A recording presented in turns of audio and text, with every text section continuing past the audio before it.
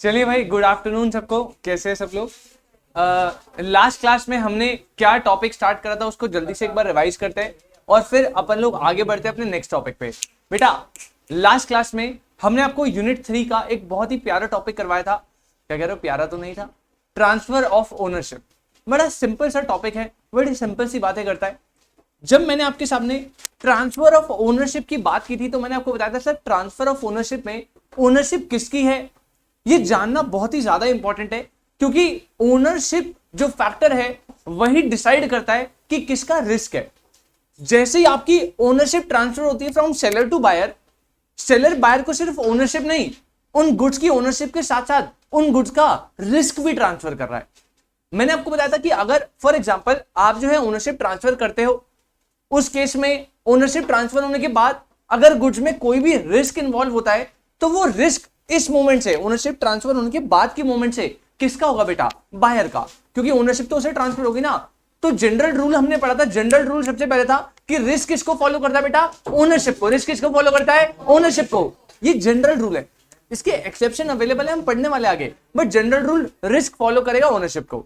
फिर हमने आपसे बात करी थी कि सर अगर रिस्क ओनरशिप को फॉलो कर रहा है तो ये जानना बड़ा जरूरी है कि ओनरशिप कब ट्रांसफर होती है from seller to buyer.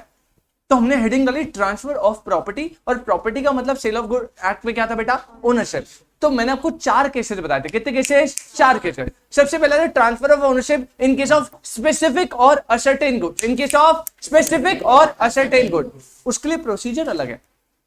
Second जो भाई मैंने हेडिंग डाली थी वो था transfer of ownership in case of unascertained goods, इसके लिए प्रोसीजर अलग है।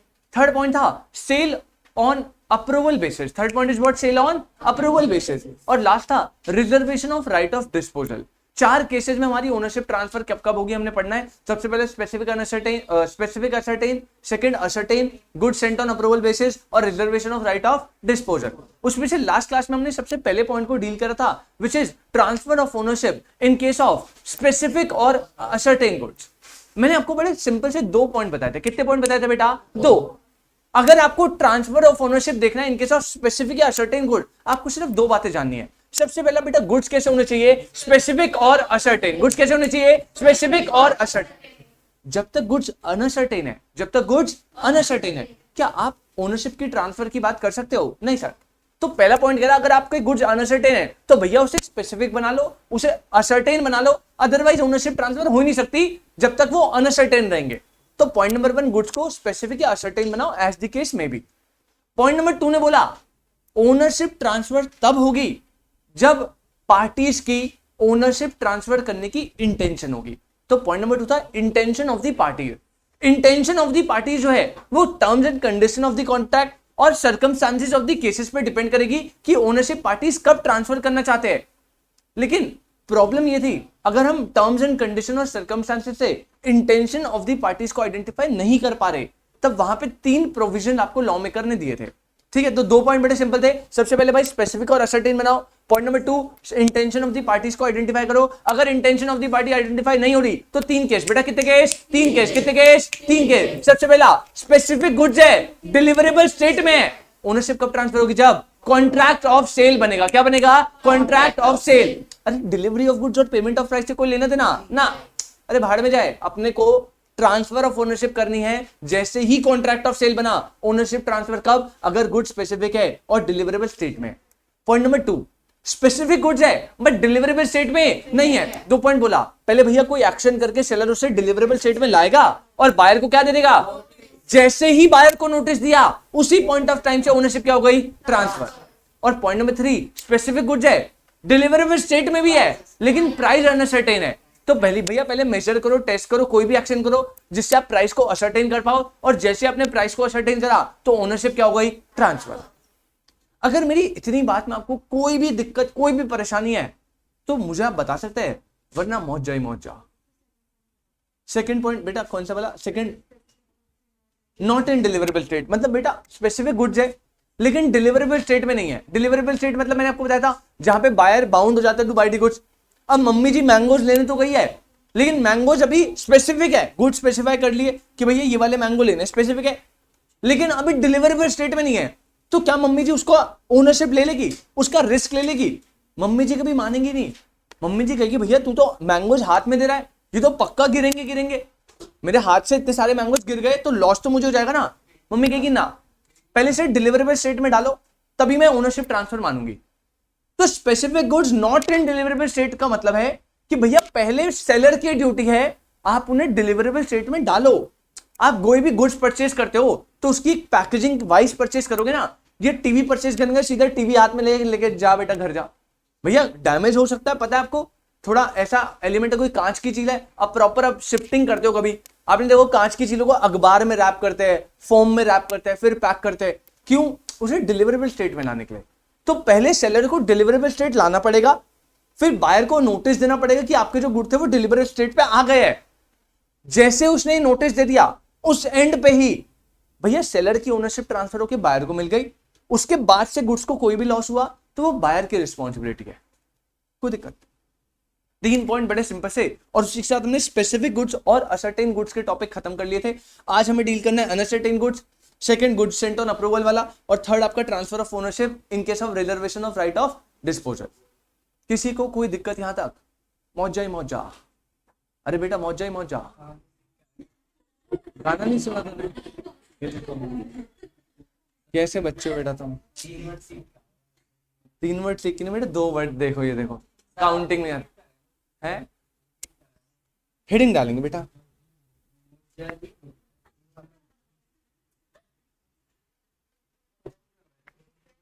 हेडिंग डालेंगे बेटा,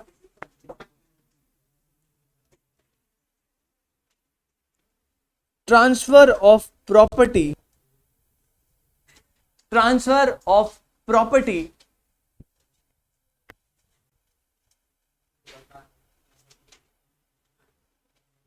in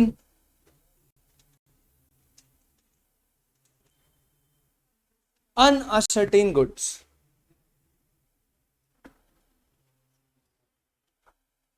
transfer of property in uncertain goods.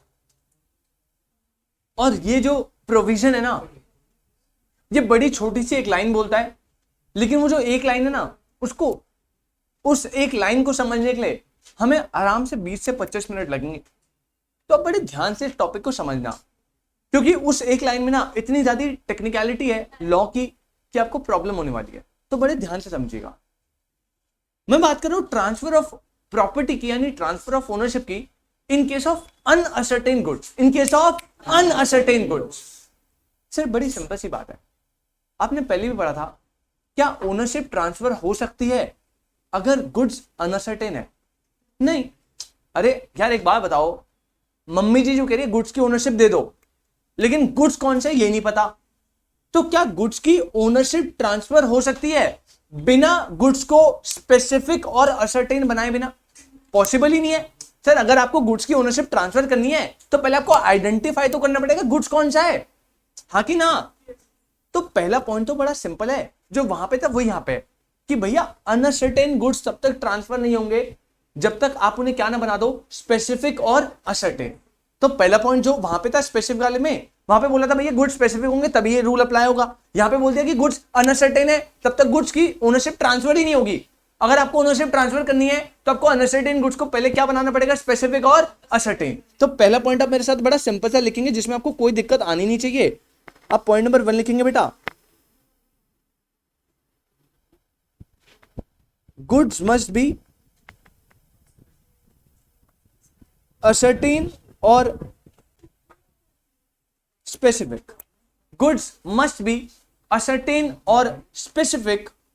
और इसके बाद ना आप बड़ी सिंपल सी एक एक प्रोविजन लिखेंगे और वही आपका आंसर रहेगा एग्जाम में जब भी ये टॉपिक आएगा। और वो क्या है वो आप लिखना स्टार्ट करेंगे मेरे साथ। पॉइंट नंबर 2 में लिखेंगे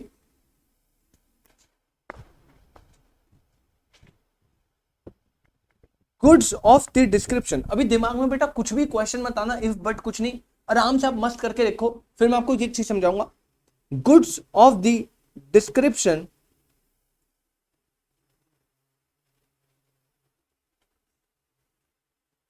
mentioned in the contract mentioned in the contract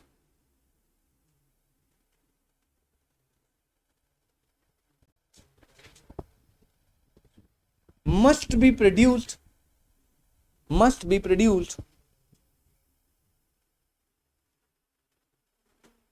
or obtained, comma, and are in deliverable state, comma, and are unconditionally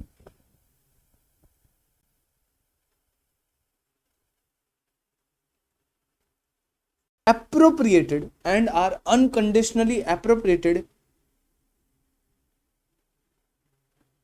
to the contract,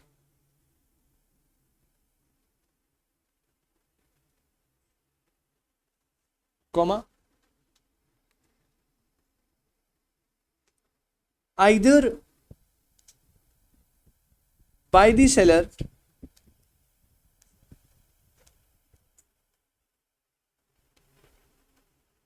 with the assent of the buyer or by the buyer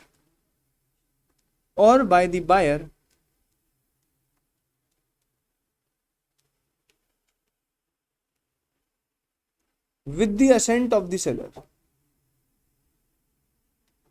or by the buyer with the assent of the seller, full stop. The property in goods passes to the buyer. The property in goods passes to the buyer. और इतना लिखने के बाद आप रुक जाएंगे बेटा। सिर्फ ये जो सेकंड पॉइंट है ना, ये प्रोविजन है transfer of property in uncertain goods का। पहला पॉइंट तो स्पेसिफिक असर्टेन होने चाहिए तभी हो पाएंगे, तो पहले अनअसर्टेन है तो पहले उसने स्पेसिफिक असर्टेन बनाओ, उसके बाद ओनरशिप कब ट्रांसफर होगी। तो पॉइंट ने पूरे प्रोविजन ने एक्सप्लेन कर दिया कब ट्रांसफर होगी, लेकिन आपको इसे रीड करके कुछ समझ नहीं आ रहा होगा क्योंकि बड़ी टेक्निकल लैंग्वेज है, लीगल लैंग्वेज है। मैं इसे ब्रेक करना स्टार्ट करता हूँ, बड़े ध्यान से समझेंगे। लास्ट में लिखा आपने पासेस, हाँ, the property in goods passes to the buyer. अब मैं इसे ब्रेक करना स्टार्ट करूंगा। आप इसी के नीचे आप एक कॉलम बनाएंगे एनालिसिस का।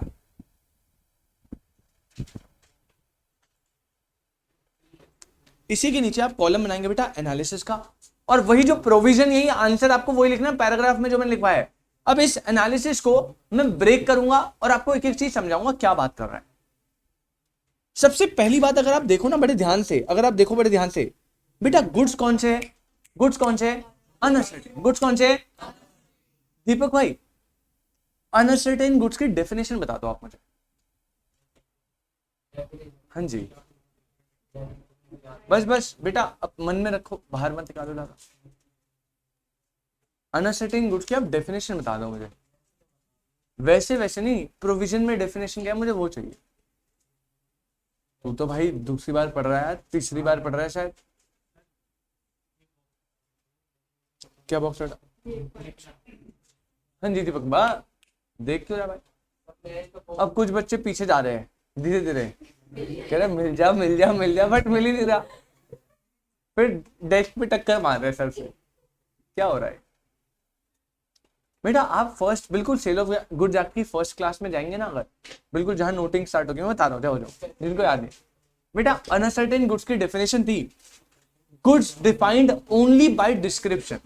पहले लाइन थी goods defined only by description and not identified and agreed upon. मतलब ना आइडेंटिफाइड है ना अग्रीड है, पता नहीं है, बस डिस्क्रिप्शन देके डिफाइंड है। मतलब जब मम्मी आई थी तो भैया ने क्या बोला था, मीठे ऑरेंजेस ले जाओ, 50 रुपए किलो ले जाओ। अब ये क्या है, सिर्फ डिस्क्रिप्शन दिया कि भैया मीठा ऑरेंजेस है। क्या कौन से गुड मम्मी ले जाएगी वो आइडेंटिफाइड है? नहीं भैया, रेडी में बहुत सारे ऑरेंजेस है ना, आइडेंटिफाइड नहीं है ना अग्रीड अपॉन है। तो अनसर्टेन गुड्स है which are defined only by description and which are not identified and agreed upon. पहली लाइन पकड़ो, which are only defined by description, which are only defined by. अब provision पे आओ, पहली line कह रहा है goods of the description mentioned in the contract must be purchased और ऑब्टेन्ड। इसको करो अंडरलाइन, ये है पहली लाइन। ओ सॉरी, प्रोड्यूस और ऑब्टेन हो जाता है बेटा लेफ्ट राइट कभी कभार। अच्छा, अभी तुमसे जो हुआ था मैंने कुछ बोला उसके लिए, अब तुम टॉन्ट मार रहे हो मुझे। बेटा पहली लाइन जो बोल रहे हैं ना, पहली लाइन एनालिसिस के पहले पॉइंट ने पता क्या बोला भैया, अनसर्टेन गुड्स जो होते हैं, अनसर्टेन गुड्स जो होते हैं वो क्या होता है, defined by description, defined by, ये हमने डेफिनेशन में पढ़ा। और पहला पॉइंट कह रहा है पता है क्या, कि अगर आपको ट्रांसफर ऑफ ओनरशिप करनी है ना, तो भैया सेलर ने जिन अनसर्टेन गुड्स का डिस्क्रिप्शन दिया, पहले पॉइंट ने बोला वो अनसर्टेन गुड्स, वही डिस्क्रिप्शन वाले, जो डिस्क्रिप्शन दिया था वही डिस्क्रिप्शन वाले उसके पास या तो प्रोड्यूस होने चाहिए या ऑब्टेन्ड होने चाहिए। अरे अपने को प्रोड्यूस जरूरी नहीं है, प्रोड्यूस होने चाहिए भाई, या तो उसके पास होने चाहिए। बस कहने का मतलब है पता है क्या, उसके पास एग्जिस्ट करने चाहिए। जिनका उन्होंने डिस्क्रिप्शन दिया है वही सेम गुड्स या तो प्रोड्यूस होने चाहिए या ऑब्टेन्ड। मतलब अगर जिसका वो डिस्क्रिप्शन दे रहा है वो गुड्स उसके पास ना प्रोड्यूस है ना ऑब्टेन्ड है, तो क्या सेलर के पास अथॉरिटी है ओनरशिप को ट्रांसफर करने की? नहीं। पहली कंडीशन ने बोल दिया कि अगर आपको ट्रांसफर ऑफ ओनरशिप करना है इन केस ऑफ अनसर्टेन गुड्स, तो पहली कंडीशन ने बोला भैया जिन अनसर्टेन गुड्स का डिस्क्रिप्शन दिया जा रहा है ना सेलर के द्वारा, वो गुड्स या तो वो प्रोड्यूस करेगा या वो ऑब्टेन्ड करेगा, होना चाहिए उसके पास। एंड आगे बोला है, मतलब पहला पॉइंट बोल दिया, पहला पॉइंट जो uncertain goods defined by description है, वो डिस्क्रिप्शन वाले सेम गुड्स या तो प्रोड्यूस होने चाहिए या फिर ऑब्टेन्ड होनी चाहिए। पहले लाइन में कोई दिक्कत, पहले लाइन में कोई दिक्कत। उसके बाद एंड करके बेटा सेकंड लाइन पढ़ो, क्या बोल रहा है, and are in deliverable state, and are in, मतलब अनसर्टेन गुड्स की ओनरशिप ट्रांसफर करनी है। पहला पॉइंट, जो गुड्स का आप डिस्क्रिप्शन दे रहे हो वो आपके पास होना चाहिए। दूसरे पॉइंट, अरे भैया ऐसा वैसा नहीं होना चाहिए, किस स्टेट में होना चाहिए, डिलीवरेबल स्टेट में होना चाहिए। तो सेकंड एनालिसिस के पॉइंट में लिखोगे आप, uncertain goods must be in a deliverable state. और आप सबको पता है डिलीवरेबल स्टेट बेटा क्या होता है, where buyer is bound to buy the goods. दो पॉइंट आपको क्लियर है, थोड़ा थोड़ा हमने आगे बढ़े। सबसे पहला, goods of the description mentioned in the contract must be produced और obtained by the seller. Point number 2, बेटा वो गुड्स जो डिस्क्रिप्शन वाले वो होने चाहिए, साथ ही साथ किस में होने चाहिए, डिलीवरेबल स्टेट में होने चाहिए। किस में होने चाहिए, डिलीवरेबल स्टेट में होने चाहिए। और सबसे इंपॉर्टेंट पॉइंट, एंड सबसे इंपॉर्टेंट पॉइंट है, and are unconditionally appropriated to the contract. इसे अंडरलाइन कर लो बेटा और बना लो स्टार, इसे अंडरलाइन कर लीजिए और बना लीजिए स्टार। कह रहा है and are unconditionally appropriated to the contract. आगे बड़ी सिंपल सी लाइन बोली है, by the buyer with the assent of seller या by the seller with the assent of buyer. पहला पॉइंट, जो गुड्स का डिस्क्रिप्शन है वो डिस्क्रिप्शन वाले गुड्स प्रोड्यूस ऑब्टेन होने चाहिए। सेकंड, डिलीवरेबल स्टेट में होना चाहिए। और थर्ड एनालिसिस ने बड़ी सिंपल सी बात बोली, और बेटा कैसे होने चाहिए, अनकंडीशनली एप्रोप्रिएटेड। अब अनकंडीशनली एप्रोप्रिएटेड कैसे होंगे, अभी आपको इसका मतलब भी नहीं पता, बस मैं बोल रहा हूं अनकंडीशनली एप्रोप्रिएटेड होना चाहिए। और कैसे होनी चाहिए, तो दो केस बता दिए, by the seller with assent of, या तो ऐसे कर लो, या फिर अनकंडीशनली एप्रोप्रिएटेड होनी चाहिए by the buyer with assent of. दोनों में से कुछ भी होगा चलेगा। और जैसे आप इन तीनों कंडीशन को फुलफिल कर दोगे बेटा, जो आपकी ओनरशिप है वो क्या हो जाएगी, ट्रांसफर। ओनरशिप क्या हो जाएगी, ट्रांसफर। कोई दिक्कत? अभी आपको बस एक दिक्कत आ रही होगी, सर ये जो टर्म है ना अनकंडीशनली एप्रोप्रिएटेड, इसका क्या मतलब है? बस अभी आप इस क्वेश्चन को अभी दिमाग से छोड़ो और इतना नोट करो एनालिसिस को। मैं पहले बोल रहा हूं, पेपर में जब आप लिख कर आओगे, पैराग्राफ लिख कर आओगे, जो ऊपर लिखवाया है उसको मैं नीचे एनालाइज करवा रहा हूं। और एनालिसिस में मैंने पूरा एनालाइज करवा दिया, ओनरशिप कब ट्रांसफर होगी, 3 कंडीशन बता दी बस। सबसे पहला, जो कॉन्ट्रैक्ट में मेंशन किए गए डिस्क्रिप्शन वाले गुड है, वही डिस्क्रिप्शन वाले गुड सेलर के पास प्रोड्यूस या ऑब्टेन होने चाहिए। सेकंड, डिलीवरेबल स्टेट में होना चाहिए। और थर्ड, सेलर ने उन्हें अनकंडीशनली अप्रोप्रिएट करा। क्या करा? Unconditionally appropriated by seller with the assent of buyer और by the buyer with the assent of seller. और जैसे ही तीनों कंडीशन फुलफिल, ओनरशिप क्या बेटा? ट्रांसफर। अब आपके दिमाग में बस एक लौता क्वेश्चन ये उठ रहा है, sir what is unconditionally appropriated? What is unconditionally appropriated? और इसको मैं आपको बड़े आराम से समझाऊंगा। सॉरी, डिफाइन, हाँ, डिस्क्रिप्शन वाले सेम गुड्स या तो प्रोड्यूस्ड हो या ऑब्टेन्ड हो।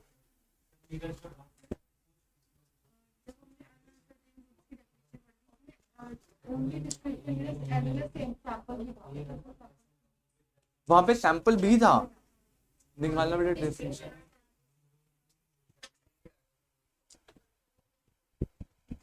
Good defined only by description और सैंपल एंड, नहीं नहीं नहीं बेटा, इसमें एक बार किसी के पास मॉड्यूल है क्या? सैंपल भी है, एक सेकंड मुझे चेक करना पड़ेगा। अगर सैंपल भी है, इनकेस जितना मुझे याद है शायद नहीं था, इनकेस अगर सैंपल भी होगा अगर डेफिनेशन में, तो वहां पे इस प्रोविजन में जो है फिर वहां पे आ जाएगा कि डिफाइंड बाय डिस्क्रिप्शन वाले के साथ और करके सैंपल भी लगा देना। एक बार मैं चेक कर लूंगा, आपको कंफर्म बता दूंगा। मेरे हिसाब से इस वाले प्रोविजन में सैंपल नहीं था शायद, अनसर्टेन में। एक बार मैं चेक कर लूंगा फिर भी। ठीक है बेटा, आपने ये थर्ड पॉइंट देखा, अनकंडीशनली अप्रोप्रिएटेड। अब मैं आपको इसका मतलब बताने वाला हूं, पहले आप इतना नोट कर लीजिए। अगर इसका किसी का छूटा हुआ है, सॉरी, एसेंट मतलब सहमति देना। मैंने आपको बोला कल सुबह क्लास ले लूं क्या? आपने बोला यस सर, आपने अपनी असेंट दे दी, कंसेंट, असेंट, सहमति। नीरज भाई आपको कोई डाउट था?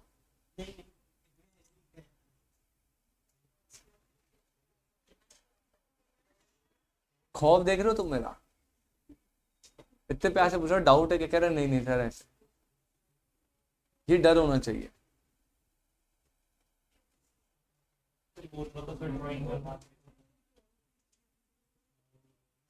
मौका है बोलने का तो कोई नहीं।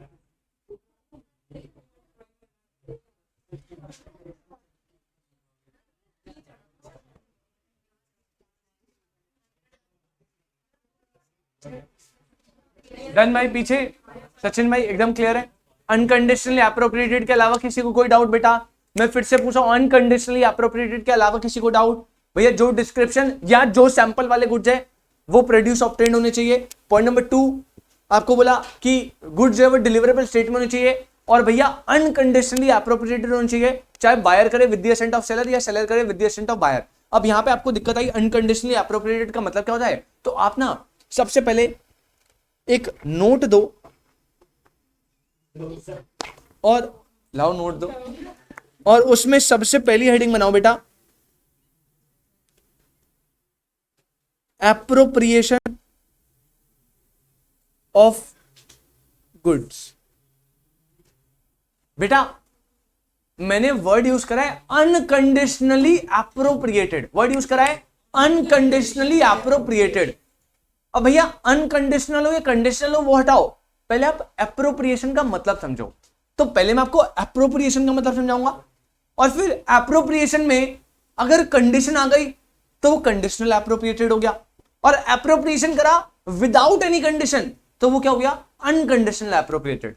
तो अनकंडीशनल एप्रोप्रिएटेड का मतलब समझने के लिए हमें सबसे पहले एप्रोप्रिएशन का मतलब समझना पड़ेगा। और लॉ मेकर ने एप्रोप्रिएशन को क्या बोला तो थोड़ा सा समझेंगे बड़े ध्यान से, क्योंकि बच्चे ना इसमें कंफ्यूज हो जाते हैं, बड़े कंफ्यूजन होती है इसमें, स्पेशली डिलीवरेबल स्टेट और एप्रोप्रिएशन में डिफरेंस क्या है ये बच्चे समझ नहीं पाते। तो मैं थोड़ा सा आपको सरल भाषा में समझाने की कोशिश करता हूं। उससे पहले मैं आपको लिखना क्या है वो मैं बता दूं। आप लिखना स्टार्ट करेंगे बेटा,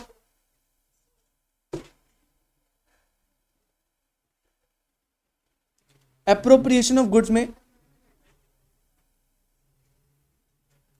आप लिखेंगे सबसे पहले पॉइंट नंबर 1, ये एक डेफिनेशन है बट मैं पॉइंट में लिखवा रहा हूं बेटा। सिलेक्शन ऑफ गुड्स, एप्रोप्रिएशन का क्या मतलब होता है? Selection of goods with the intention of using them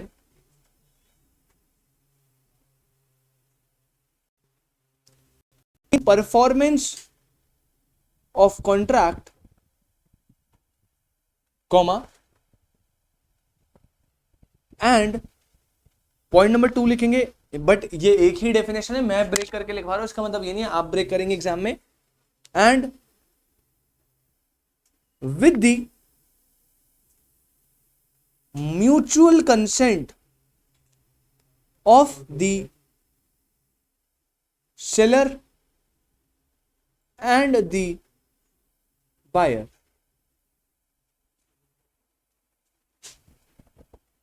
appropriation of goods का मतलब है, अभी मैं अनकंडीशनली एप्रोप्रिएशन का मतलब नहीं समझा रहा, मैं सिर्फ आपको एप्रोप्रिएशन ऑफ गुड्स का मतलब समझा रहा हूं। और बड़ी सिंपल सी बात करी उसने, कह रहा है एप्रोप्रिएशन का मतलब क्या होता है बेटा, सिलेक्शन। एप्रोप्रिएशन का मतलब क्या होता है, सिलेक्शन। किसका सिलेक्शन बेटा, गुड्स का। किसका सिलेक्शन, गुड्स का। With the intention of using them in performance of contract. मतलब आप जो है बायर या सेलर, क्योंकि यहां पे मैंने अगली वाली लाइन में करवाया है कि जो एप्रोप्रिएशन होता है बेटा वो कैसे होता है, म्यूचुअल कंसेंट से। मतलब बायर सेलर मिलके बोलेंगे कि ये वाला सेलेक्ट करो, ये वाला सेलेक्ट करो, ठीक है। या बायर कर सकता है with the assent of seller, या सेलर कर सकता है with the assent of buyer. Mutual consent होगी, दोनों आपस में अपनी सहमति देंगे। अब ये जो म्यूचुअल कंसेंट हो रही है किसके लिए हो रही है, तो बोला भैया सिलेक्शन ऑफ गुड्स, जहां पे आपकी इंटेंशन जो है ना वो है using them in performance of contract. Using them in performance of contract. अब अगर मैं आपको बड़े सरल शब्दों में बिल्कुल बिल्कुल मतलब आपको प्रैक्टिकली थोड़ा कनेक्ट करके समझाऊं ना, जैसे बेटा डिलीवरेबल स्टेट था ना, डिलीवरेबल स्टेट थोड़ा सब्जेक्टिव मैटर था। सब्जेक्टिव मैटर मतलब किसी गुड का डिलीवरेबल स्टेट कुछ और हो सकता है, किसी का कुछ और। एप्रोप्रिएशन भी थोड़ा वैसा ही है और उससे रिजेंबल करता लग सकता है आपको। मान लीजिए मैंने एक टीवी लिया, मैंने क्या लिया बेटा, एक टीवी। उस टीवी को मैं डिलीवरेबल स्टेट में कब मानना था, फॉर एग्जांपल मैं मान रहा हूं मैंने उसको ऐसे मस्त एकदम वो ऐसे गोले गोले वाले पन्नी होती है ना जिसको मजा आता है फोड़ने में, अलग सेटिस्फैक्शन मिलती है। तुम पढ़ाई वढ़ाई छोड़ के आ जाओ, पापा ये लो, मम्मी आ जाओ, फोड़ते हैं। तो बेटा वो पन्नी में रैप करा मस्त करके, साइड से थर्माकोल लगाया बढ़िया करके, एकदम से फिर से पन्नी लपेटी, फिर बॉक्स में डाला, और जैसे ही बॉक्स में टेप मार दिया ना मस्त करके, हाँ ये वाला मस्त करके, बेटा वो ना डिलीवरेबल स्टेट में आ गया। किस में आ गया, डिलीवरेबल स्टेट में। अब मुझे एक बात बताओ, जब आप किसी इलेक्ट्रॉनिक शॉप पे जाओगे, फॉर एग्जांपल क्रोमा में, आप क्रोमा में जाते हो, आप टीवी लेने गए तो वहां पे टीवी वही मॉडल एक डिस्प्ले पे लगा होगा। मतलब बहुत सारे डिफरेंट मॉडल लगे होते हैं दीवार पे, और उसमें मस्त करके एक स्क्रीन चल रही होती है, वो आपको सारे टेस्ट करवा देता है कि भाई साउंड क्वालिटी कैसा है, पिक्चर क्वालिटी कैसा है, मतलब ग्राफिक्स कैसे है, कलर्स कैसे दिख रहे हैं, सब एकदम वहीं पे डेमो दे देते हैं। मान लीजिए आपको एक पर्टिकुलर टीवी पसंद आ गया और आपने बोला भैया ये वाला। अब वो टीवी क्या वो वहीं से निकाल के लो आओ पैक करता हो इसे, ऐसे करता है नहीं। सेम मॉडल के वहां पे 100-150 टीवी गोडाउन में लगे होते हैं, सेम मॉडल के, in a deliverable state, in a pack करके रखे होते हैं ना उन्होंने अच्छे से। अब जैसे ही आप कोई पर्टिकुलर टीवी सेलेक्ट करोगे तो एक बंदा गोडाउन के नीचे जाएगा उस मॉडल का डिलीवरेबल स्टेट में, क्योंकि वो जो टीवी वहां पे डिस्प्ले पे लगा है क्या वो डिलीवरेबल स्टेट में नहीं, वो थोड़ी निकाल के दे देगा भाई, फिर उसे पैक करो, इतना लफड़ा कौन, फिर नया टीवी निकाल के डिस्प्ले में लगाएगा, पागल थोड़ी है वो। तो उसने क्या करा, उसने डिस्प्ले में एक टीवी लगाया है, आप उसे सेलेक्ट करो, नीचे से एक बंदा वही सेम टीवी इन डिलीवरेबल स्टेट लेके जाएगा। देखो गुड्स को आपने अनसर्टेन में से असर्टेन कर लिया, गुड्स को आपने अनसर्टेन में से असर्टेन कर लिया। गुड्स जो है वो डिलीवरेबल स्टेट में है क्या, अरे डिस्प्ले वाला नहीं था तो वो कहां से लेकर आया, गोडाउन से, जो डिलीवरेबल स्टेट में। अब आपके हाथ में दे देगा क्या, कंधे पे रख देगा क्या, अच्छा चलो टीवी तो लेके भी जाए हाथ में, फ्रिज लोगे तो हाथ में रखेगा, ये लो डिलीवरेबल स्टेट लेके जाओ, गाड़ी में फ्रिज लेके जाएगा। हाँ टेम्पू बोलना, ट्रांसपोर्टेशन सर्विस, छोटा हाथी बड़ा हाथी कोई सा भी हाथी हो, ट्रांसपोर्टेशन सर्विसेज भी देगा। तो बेटा अब देखो वहां पे जब आपने डिस्प्ले वाले गुड में से मॉडल बोल दिया भैया ये सोनी ब्राविया 42 इंचेस मैंने सेलेक्ट कर लिया, वो बंदा नीचे गया सेम मॉडल के 100 पीसेस डिलीवरेबल स्टेट में होंगे वहां पे। ऐसा तो नहीं होगा सिर्फ एक डिलीवर करके रखा हो, मान लो 2-3 कस्टमर साथ में आ गए तो 100 पीस रखे हैं। अब जो आपको मिलने वाला है ना वो कौन सा मिलेगा, उसने उठाया और जो टम्पू में डाल दिया वो पीस किसको मिलेगा, आपको। तो बेटा जो बहुत सारे गुड्स डिलीवरेबल स्टेट में है उसमें से एक गुड को सेलेक्ट करा और कंफर्म कर दिया कि इसी गुड को ना हम यूज करेंगे परफॉर्मेंस ऑफ द कॉन्ट्रैक्ट में। क्रोमा वालों की परफॉर्मेंस क्या है, आपको टीवी या फ्रिज जो भी है वो देना है ना। तो जब उसने बहुत सारे डिलीवरेबल स्टेट में गुड्स में से एक टीवी उठा के टम्पू में लोड करवा दिया, तब उसने गुड्स का क्या कर दिया, एप्रोप्रिएशन। गुड्स का क्या कर दिया, एप्रोप्रिएशन। एप्रोप्रिएशन का मतलब है कि भैया डिलीवरेबल स्टेट में तो बहुत सारे गुड हो सकते हैं, लेकिन वहां से गुड को सिलेक्ट करना और कंफर्म कर दिया कि यही वाला गुड मैं परफॉर्मेंस में यूज करने वाला हूं। परफॉर्मेंस मतलब डिलीवरी में यूज करने वाला हूं, उसे बोलते हैं एप्रोप्रिएशन ऑफ गुड्स। और एप्रोप्रिएशन हमेशा किससे होगा, म्यूचुअल कंसेंट से ऑफ बायर एंड सेलर। कई बार आपने देखा होगा वो सेलर ने ना डिलीवरेबल स्टेट से निकाला, आपने बोला भैया चेक तो करवाओ, उसने चेक करवाओ, थोड़ी मिट्टी लगी थी, आपने क्या बोला, भैया एक काम करो एक फ्रेश पीस दे सकते हो क्या, करते हो नहीं करते, करते हो नहीं करते। तो एप्रोप्रिएशन ऑफ गुड यानी सिलेक्शन ऑफ गुड सिर्फ सेलर के हाथ में कि जो उसे अच्छा लगेगा दे देगा। कैसे होगा, म्यूचुअल कंसेंट से। भैया बायर सेलर जब दोनों डिसाइड करेंगे कि ये ही वाला गुड बिल्कुल फ्रेश पीस जिसमें कोई धूल मिट्टी नहीं है, मुझे आप टेम्पू में डाल के सेलेक्ट कर दो गुड्स की यही वाला यूज होगा मेरी परफॉर्मेंस में, उस टाइम पे डिलीवरेबल स्टेट वाले गुड्स को आपने क्या कर दिया, एप्रोप्रिएट। क्या कर दिया, एप्रोप्रिएट। समझ आएगा, समझ आएगा।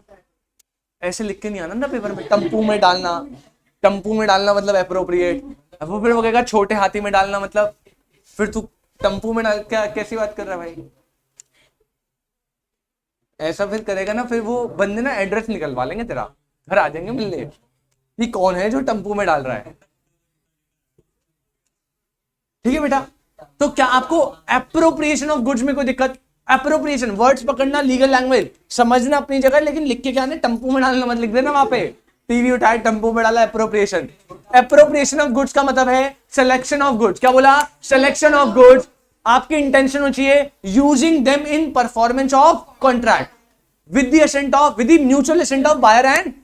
3 पॉइंट बोल रहा हूं, एप्रोप्रिएशन ऑफ गुड्स। सबसे पहला selection of goods, intention to using them in performance of contract with the mutual consent of buyer and seller, इसे क्या बोला, एप्रोप्रिएशन ऑफ गुड्स। और ऊपर आओ वापस, अनअसर्टेन में अगर आपको ओनरशिप ट्रांसफर करनी है तो जो आपको एप्रोप्रिएशन करना है वो कैसा करना है, अनकंडीशनल। कैसा करना है, तो वापस से आप मेरी बात पे आओ, आप नोट नंबर 2 डालोगे।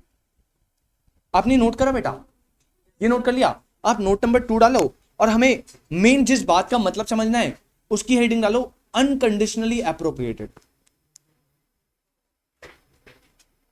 Unconditionally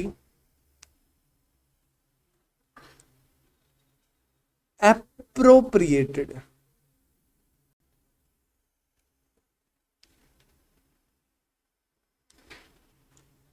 unconditionally appropriated. एप्रोप्रिएशन का मतलब समझ आ गया भैया, टेम्पो वाले भैया को गुड्स दे दिए, एप्रोप्रिएशन हो गया।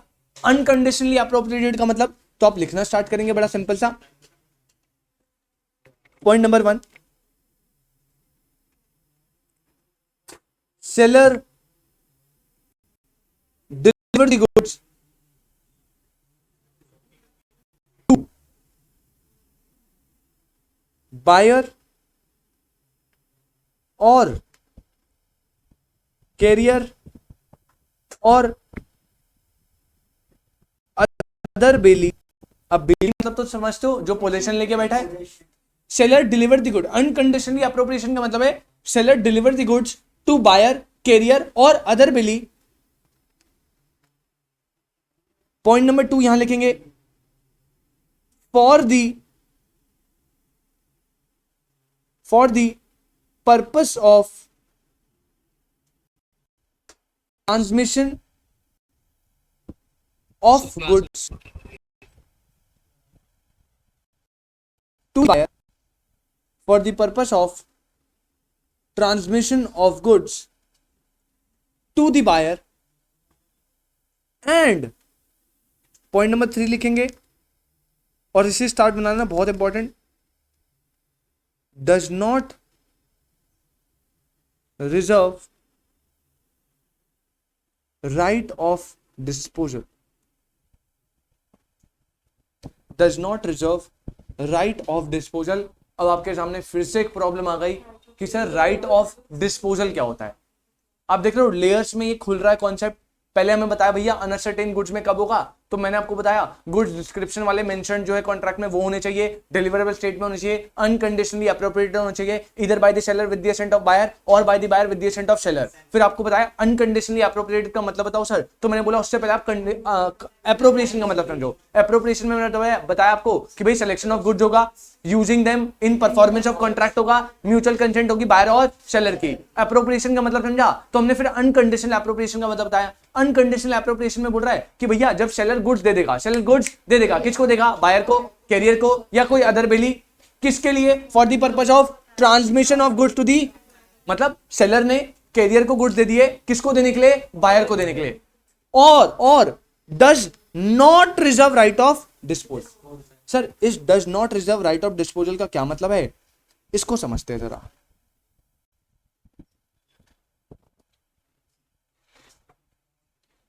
बेटा लॉ की ना खास बात यही है कि वो जल्दी से समझ नहीं आता।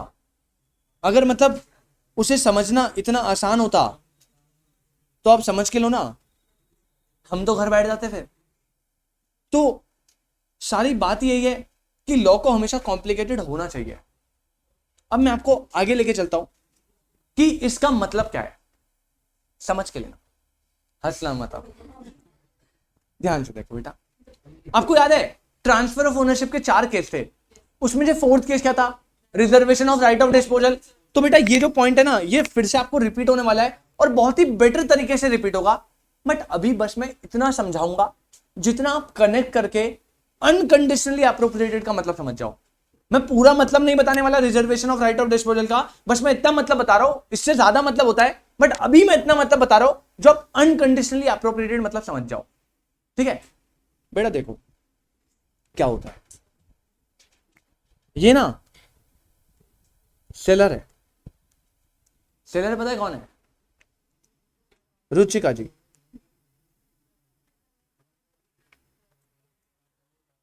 रुचिका जी ना मस्त करके गुड सेल करती है, ले जाओ फ्री में बट रहा है। अब रुचिका जी जो है उनके पास एक बायर आया। अब गेस करो बायर कौन है, मैं क्यों हूं, कशिश। तुम्हें पता है ये दोनों कैसे है, बेस्ट फ्रेंड्स, बेस्ट फ्रेंड नहीं, बेस्ट फ्रेंड्स। अभी दोनों बेस्ट फ्रेंड्स है। अब हुआ क्या पता है, भैया बायर आया, सेलर को बोलता है भैया ये वाले गुड्स है, जॉब डिस्क्रिप्शन दे दो क्या आपके पास है। रुचिका ने कहा है, आगे बोल। कशिश ने बोला डिलीवरेबल स्टेट में है, उसने कहा है, आगे बोल। उन्होंने कहा चलो घर भिजवा दो। रुचिका ने कोई दिक्कत नहीं भाई, काम है मेरा, डिलीवरी करवा दूंगी घर पे। तो कशिश जी जो है देखे, और मान लो पेमेंट ऑफ प्राइस पूरी कर भी दी। अरे क्या पेमेंट ऑफ प्राइस से ओनरशिप का लेना देना है क्या, नहीं सर पहले पढ़ा दिया था आपने। तो भैया पेमेंट दी हो ना दी हो, मान लो नहीं दी, पेमेंट ही नहीं दी, कोई दिक्कत नहीं है। रुचिका जी घर चले गई, कह रही गुड्स डिलीवर कर देना। अब जो सेलर है ना हमारा, वो यहां से एक ट्रांसपोर्टर को पकड़ता है। अब ट्रांसपोर्टर क्या हो सकता है सर, अगर देखो अगर सेलर का अपना ही है, जनरली जो ये क्रोमा विजय सेल्स, ये बड़े बड़े सेलर होते हैं, ये अपना ट्रांसपोर्टेशन रखते हैं भाई, टेम्पो नीचे खड़ा होता है, जिसके घर में भेजना डिलीवरी कर दी। या कोई भी पर्सन है, कोई भी कैरियर वाला है, आउटसाइडर को आपने हायर कर लिया जो आपसे भाड़ा ले रहा है, कोई भी बंदा है, आपने उस ट्रांसपोर्टर को पकड़ा। और सेलर यानी रुचिका जी ने पता क्या बोला, बड़े ध्यान से सुनना। उन्होंने बोला ये जो गुड्स है ये आपको बेटा किसको डिलीवर करने, बायर को। किसको डिलीवर करने, और उन्होंने ना पीछे एक लाइन ले बता दी, पता क्या लाइन बोली, रुचिका ने बोला कि अगर आपको कशिश पैसे दे, अगर आपको कशिश पैसे दे तभी गुड्स मुंह पे मार के आइयो, वरना मत मारियो, वरना गुड्स वापस ले आइयो, देखने में मत दियो, हाथ लगा ना मारियो चाटा हाथ पे। अगर पैसे दे, एक हाथ से पैसे दियो, एक हाथ से चाबी दियो ऐसे, या जो भी गुड्स है। भैया पहले ही एक कंडीशन लगा दी, क्या लगा दी, कंडीशन, कि भैया जब तक ये कंडीशन फुलफिल नहीं होती, क्या कंडीशन, पैसे नहीं मिले आपको गुड्स का पोलेशन नहीं दूंगी। आपको गुड्स हाथ लगाने को दे दूंगी ना ओनरशिप दूंगी। तो यहां पे ना, यहां पे ये जो गुड्स है सेलर ने ट्रांसपोर्टर को दिए और ट्रांसपोर्टर को ये बोल के दिया कि भैया, मतलब बोल के बोलो तो मैं क्या बोल सकता हूं कि कंडीशन लगा दी। क्या लगा दी? एक कि भैया जब तक ये कंडीशन यानी पेमेंट ऑफ प्राइस आपको कशिश जी से ना मिले 10,000 रुपीज, तब तक आप गुड्स जो है वो क्या करना, मत देना। पेमेंट ऑफ प्राइस मिल गया तो गुड्स दे देना, नहीं मिला तो नहीं देना।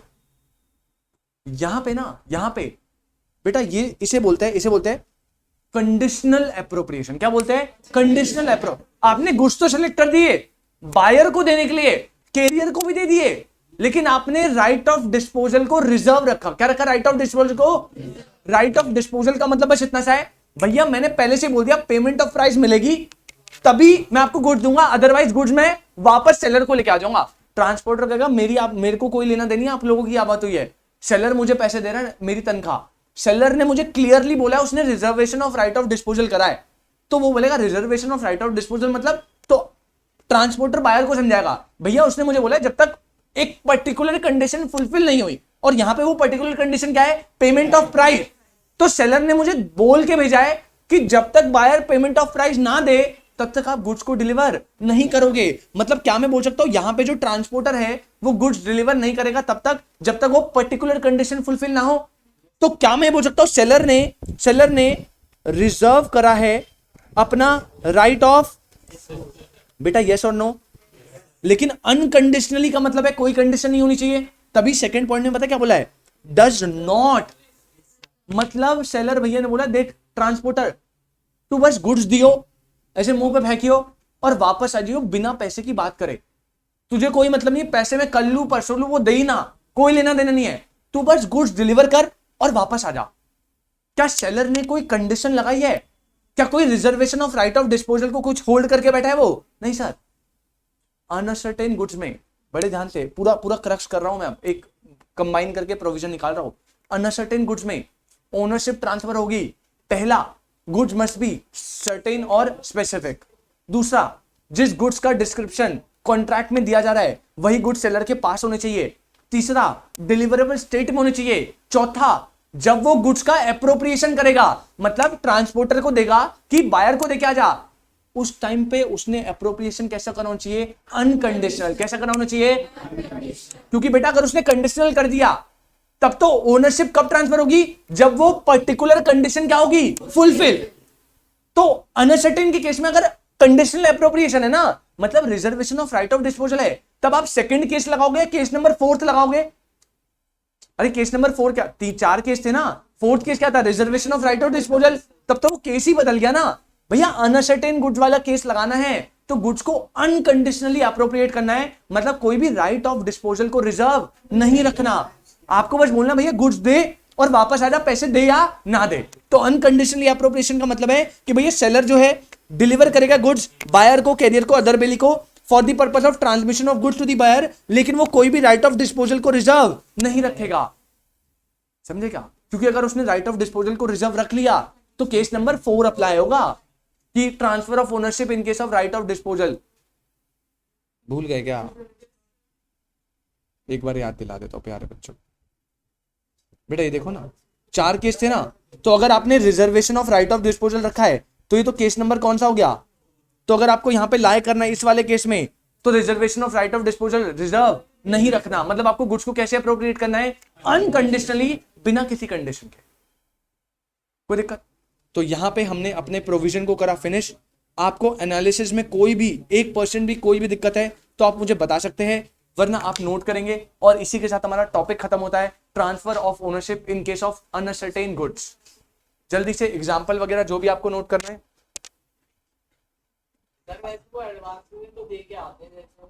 सॉरी, एडवांस में भी तो पेमेंट करके आते हैं, तभी तो डिलीवर करते हैं। हाँ नहीं, एडवांस में पूरा अमाउंट नहीं। अगर देख एडवांस में पूरा अमाउंट दे दिया तब तो कॉन्सेप्ट हट जाएगा। अनकंडीशनली अप्रोप्रिएटेड में आपको या तो पैसे नहीं दिए होने चाहिए या पार्ट ऑफ दी पेमेंट होगी ना रुकी हुई, तभी तो आप बोलोगे भैया तू गुड्स देकर आ जाइयो, बस जो रिमेनिंग अमाउंट है उसको लियो में ना कुछ बोलियो, बस गुड्स दियो और वापस आ जाइयो। मतलब आपने भैया गुड्स दे दिए बायर को बिना बिना कोई कंडीशन लगाए, पैसे दे ना दे, कब दे, बाद में कुछ बोला ही नहीं आपने। 40% तो जैसे ही गुड्स वही वाले डिस्क्रिप्शन के डिलीवरेबल स्टेट में, और आपने जैसे भैया को दे दिया ये बोल के कि भैया बस गुड्स दे के आ जाना, जैसे आपने अनकंडीशनली अप्रोप्रिएशन कर दिया, उसी टाइम पे ओनरशिप क्या हो जाएगी? ट्रांसफर। क्या हो जाएगी? अगर आपने कंडीशनली अप्रोप्रिएट करा होता तब ओनरशिप ट्रांसफर होती, तब ओनरशिप तब ट्रांसफर होती जब वो कंडीशन क्या हो जाती? फुलफिल। ये हम फोर्थ केस में पढ़ेंगे, बट अभी सेकंड केस में तो अनकंडीशनली अप्रोप्रिएटेड है, मतलब आपने सिलेक्शन मतलब गुड्स ट्रांसपोर्ट कर दिए बट आपने कोई भी कंडीशन नहीं लगाई, कोई भी राइट ऑफ डिस्पोजल को रिजर्व नहीं रखा। अगर इसमें आपको कोई भी दिक्कत तो आप मुझे बता सकते हैं, वरना हम आगे अपने टॉपिक को बढ़ाते हैं। 2 केस मैंने आपके साथ डील करे बेटा। सबसे पहले transfer of ownership in case of specific goods, second transfer of ownership in case of uncertain goods. फिर से बता रहा हूं बेटा, आप एक बार चाहो तो फिर से रीड कर सकते हो बेटा। बस 3 बातें, जो डिस्क्रिप्शन वाले गुड्स है मेंशन्ड इन द कॉन्ट्रैक्ट वो प्रोड्यूस और ऑब्टेन्ड होने चाहिए, and are in deliverable state, and are unconditionally appropriated by the seller with the assent of buyer और by the buyer with the assent of seller. कि कोई भी अपनी वो दे सकता है, कोई दिक्कत नहीं है। फिर मैंने आपको 3 चीजें इनके बाद बता दिया कि एप्रोप्रिएशन का मतलब क्या होता है। एप्रोप्रिएशन का मतलब होता है गुड्स का सिलेक्शन, उसमें आपकी इंटेंशन होनी चाहिए using them in performance of contract. अगर ऐसा है तो आपने एप्रोप्रिएशन कर लिया, और एप्रोप्रिएशन म्यूचुअल कंसेंट से होता है। फिर मैंने आपको बताया अनकंडीशनली एप्रोप्रिएटेड का मतलब कि आपने सिलेक्शन कर लिया है गुड्स का, एप्रोप्रिएशन कर लिया है, लेकिन उस एप्रोप्रिएशन में आपने कोई भी कंडीशन नहीं लगाई। कोई भी कंडीशन ना लगाने का मतलब आपने कोई भी reservation of right of disposal को यूज नहीं करा। डन। आगे बढ़ते हैं अपनी थर्ड हेडिंग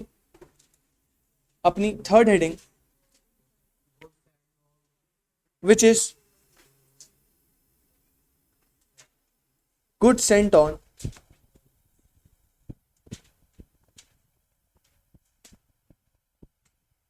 अप्रूवल बेसिस और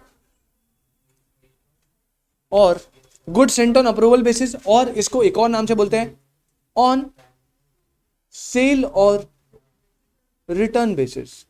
on sale or return basis.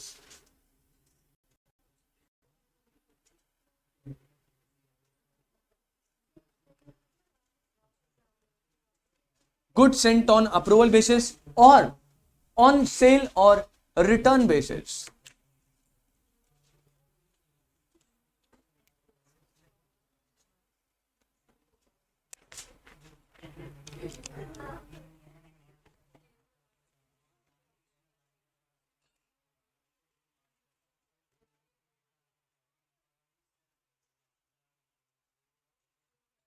बेटा बड़े ध्यान से समझेंगे, इससे एक बार केस स्टडी आई थी। केस स्टडी कैसे आई थी हम डील करेंगे आराम से, बट पहले कॉन्सेप्ट को समझते हैं। मैं आपके सामने एक चीज बताता हूं जो आपने नॉर्मली देखी भी होगी, बट आपको ये नहीं पता उसे क्या बोलते हैं, तो मैं बताऊंगा ये बोलते हैं।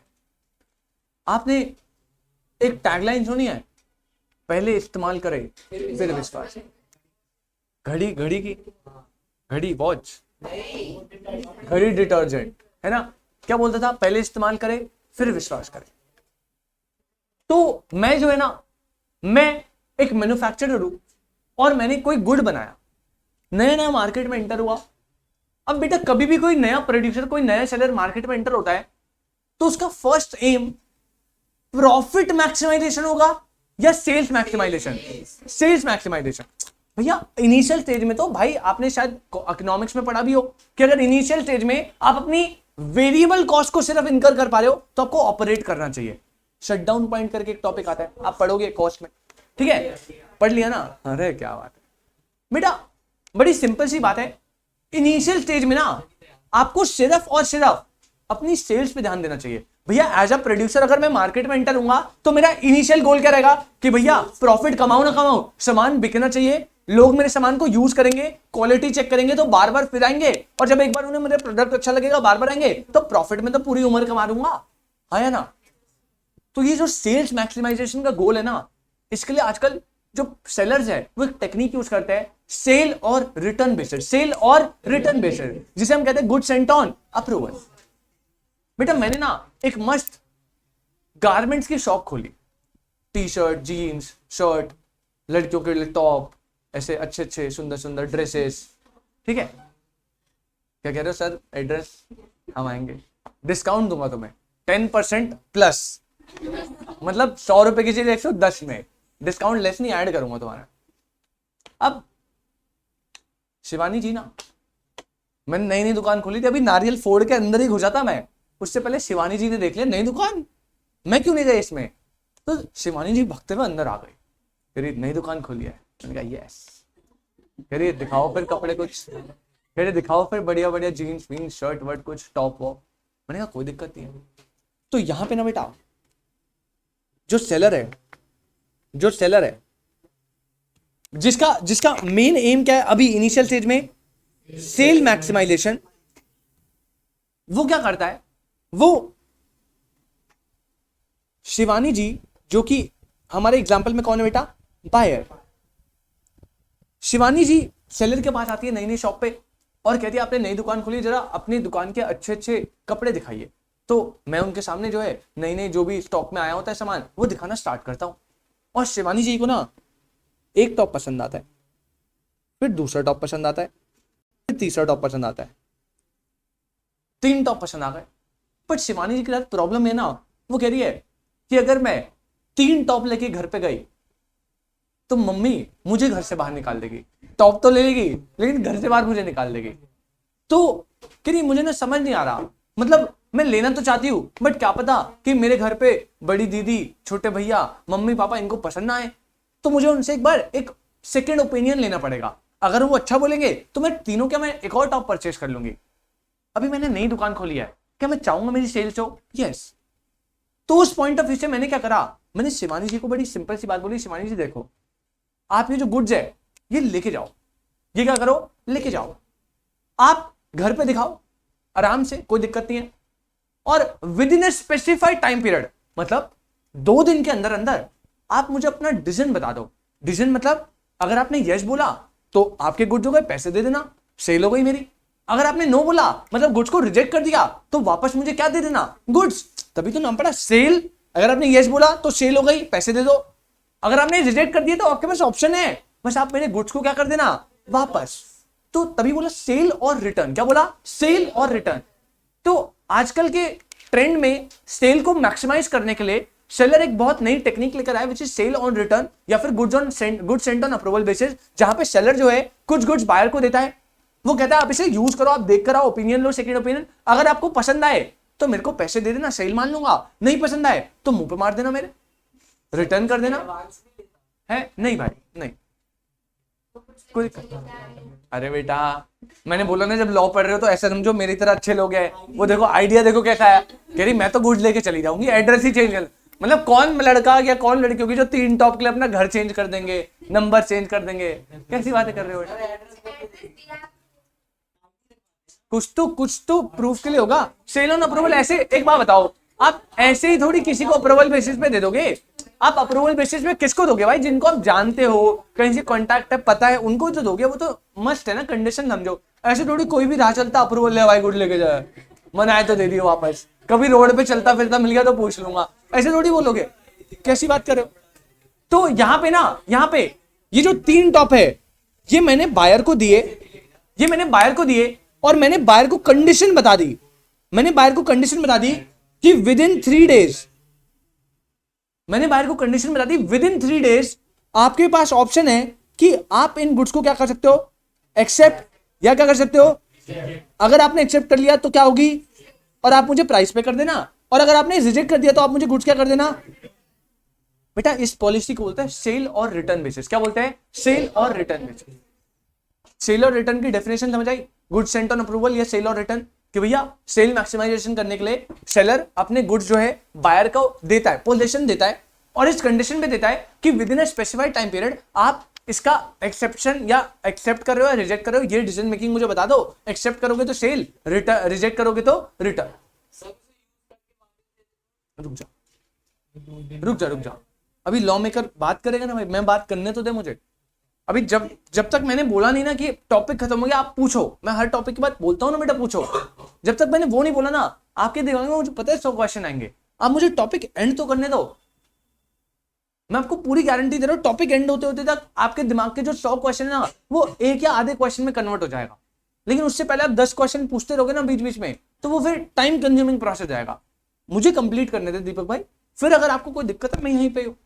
2:30 बजे मुझे थोड़ी जाना है कहीं, तुम लोगों को जाना है नहीं मैथ्स की क्लास के लिए जाना। मैथ्स की तो वही तो, तुम्हें मैथ्स की क्लास में जाना है ना, मुझे थोड़ी जाना है। अच्छा मुझे जाना है, सॉरी, कोई दिक्कत नहीं, समझ के लो बेटा। गुड सेंट ऑन अप्रूवल में ना 3 प्रोविजन बोले। क्या बोले? 3 प्रोविजन। अभी मैंने आपको कुछ बताया नहीं है, लेकिन आपके सामने ही मैं 3 केस बनाता हूं और आप तीनों केस में देखना पक्का बिल्कुल करेक्ट बताओगे कि ओनरशिप ट्रांसफर हुई या नहीं हुई। हम सेल मानेंगे, रिटर्न मानेंगे, क्या होगा क्या नहीं होगा सब आप बताओगे। ठीक है, सीन समझ गए ना। मैंने शिवानी जी को 3 टॉप दिए, 3 टॉप जो है मैंने सेल ऑन रिटर्न बेसिस पे दिए थे, और टाइम पीरियड मैंने स्पेसिफाई करा था बेटा कितना, 3 डेज। केस नंबर 1, कुछ नोट मत करना, बड़े ध्यान से समझो, बड़े ध्यान से समझो। केस नंबर 1, अगर शिवानी जी विद इन 3 डेज अपनी कंफर्मेशन देती है, कंफर्मेशन बोले तो अपनी असेंट देती है, और उस असेंट में वो क्या बोलती है कि मैं गुड्स को क्या कर रही हूं, एक्सेप्ट कर रही हूं। गुड्स को क्या कर रही हूं with in the specified time period. अगर शिवानी जी आई और उन्होंने अपनी असेंट बता दी, कंफर्मेशन दे दी, कुछ भी जो बोलेगी, कह रही है एक को एक्सेप्ट कर रही हूं, पहला वाला, सेकंड और थर्ड रिजेक्ट, या पहला और दूसरे को एक्सेप्ट कर रही हूं, थर्ड को रिजेक्ट, या तीनों को एक्सेप्ट, तीनों को रिजेक्ट, कुछ भी बोला with in specified time period, तो भैया शिवानी जी जैसा बोलेगी वैसा। मतलब अगर मान लो with in specified time period उन्होंने अपनी असेंट दी और असेंट में बोला कि टॉप 1 और 2, तो ओके, मतलब उसे मैं क्या मान लूंगा, मतलब ओनरशिप क्या हो गई, ट्रांसफर, ओनरशिप क्या हो गई। और जो टॉप 3 है वो जो है वो क्या है, रिजेक्ट। तो मैं क्या कहूंगा, शिवानी जी एक काम करो, आप क्या कर दो बस। क्या थर्ड टॉप के लिए मैं प्राइस मांग सकता हूं? नहीं। जैसे ही केस नंबर 1 बता रहा हूं, गुड सेंट ऑन अप्रूवल में ओनरशिप कब ट्रांसफर होगी, केस नंबर 1, ओनरशिप ट्रांसफर होगी फ्रॉम सेलर टू बायर अगर buyer with in specified time period अपना कंफर्मेशन दे दे, असेंट बता दे कि वो गुड्स को क्या कर रहा है, एक्सेप्ट। तो भैया जिनको एक्सेप्ट कर रहा है वो सेल मान ली जाएगी, ओनरशिप क्या, ट्रांसफर। जिनको रिजेक्ट कर रहा है वो रिटर्न मांग ली जाएंगे सेलर के द्वारा। कोई दिक्कत? पॉइंट नंबर 2 आप खुद बताना। केस नंबर 2, केस नंबर 2 में ना शिवानी जी मेरे पास आई कंफर्मेशन लेके कि टॉप, तीनों टॉप एक्सेप्ट है, तीनों टॉप रिजेक्ट है, ये एक्सेप्ट है, कोई जो भी कंफर्मेशन वो लेके आई। लेकिन ना after 3 days I, after 3 days मतलब 4th डे, यानी जो टाइम पीरियड है, फिक्स टाइम पीरियड है, 3 दिन का टाइम पीरियड था, तीनों दिन उन्होंने गुड्स को क्या करके रखा, रिटेन करके रखा। क्या करके रखा, अपने पास रखा। और टाइम पीरियड खत्म हो गया, या तो फिर भी रिटेन करके बैठी है, या टाइम पीरियड खत्म होने के बाद अपना कंफर्मेशन दे रही है। मैं क्या मानूंगा, क्या मानूंगा? अरे भैया पहले केस में अगर with in specified time period आप अपनी कंफर्मेशन दे रहे हो तो जैसा आप बोलोगे वैसा मानेंगे। अगर आपने बोला सेल तो सेल, अगर आपने बोला रिटर्न तो भैया रिटर्न कर दो। केस नंबर 2, अगर स्पेसिफाइड टाइम पीरियड तक या उसके बाद आप गुड्स को रिटेन करके बैठे हो अपने पास, तो भैया मैं क्या अज्यूम करूंगा कि भैया 3 दिन तक रिटर्न करने नहीं आई, इसका मतलब क्या हो गया होगा, सेल। तो भैया अगर आप आफ्टर 3 डेज अपनी कंफर्मेशन बताते हो या अपनी असेंट बताते हो कि आपने गुड्स को एक्सेप्ट करा और रिजेक्ट करा, क्या करा बेटा, क्या मुझे उस बात से फर्क पड़ता है कोई? मैं मैंडेटरी डीम्ड मानूंगा। डीम्ड का मतलब क्या है भैया, मानो ना मानो होगा, हम बता रहे डीम्ड है क्या है, सेल। मतलब जैसे ही 3 दिन खत्म हुए 4th डे में ओनरशिप क्या, transfer. Good sent on approval 3 case है। पहला केस, अगर with in specified time period आप अपनी असेंट दे रहे हो, कंफर्मेशन दे रहे हो, तो भैया ओनरशिप ट्रांसफर होगी सिर्फ उन गुड्स को लेके जिनका आपने with in specified time period exception दे दिया। जिनको रिजेक्ट कर दिया रिटर्न मान लेंगे।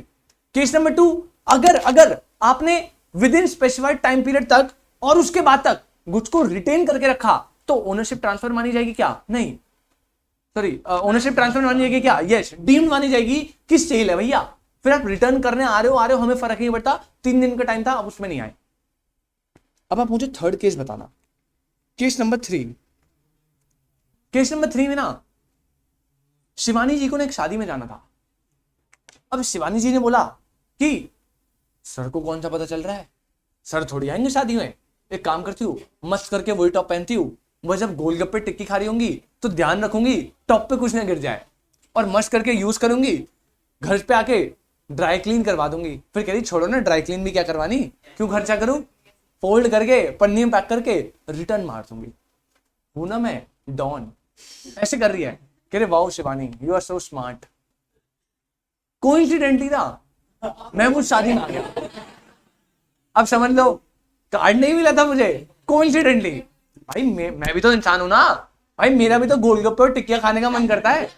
तो मैं जा रहा था रास्ते से, दुकान बंद करके, मैंने कहा अरे शादी, और मैं घुस गया भाई, और मैं गोलगप्पे खा ही रहा था। तब तक मैंने कहा शिवानी मेरे टॉप में जो मैंने सेल करा था वो वाला टॉप पहना भाई। तो अब मैंने बोला कि अरे ये क्या हो गया। अब यहां पे ना केस नंबर 3, अगर शिवानी ने गोलगप्पा, नहीं गोलगप्पा तो मैंने खाया, वो थोड़ी छोड़ूंगा, पागल है। कह रहे गोलगप्पा छूट गया होगा, अबे दुनिया छोड़ दूंगा, गोलगप्पा थोड़ी छोड़ूंगा।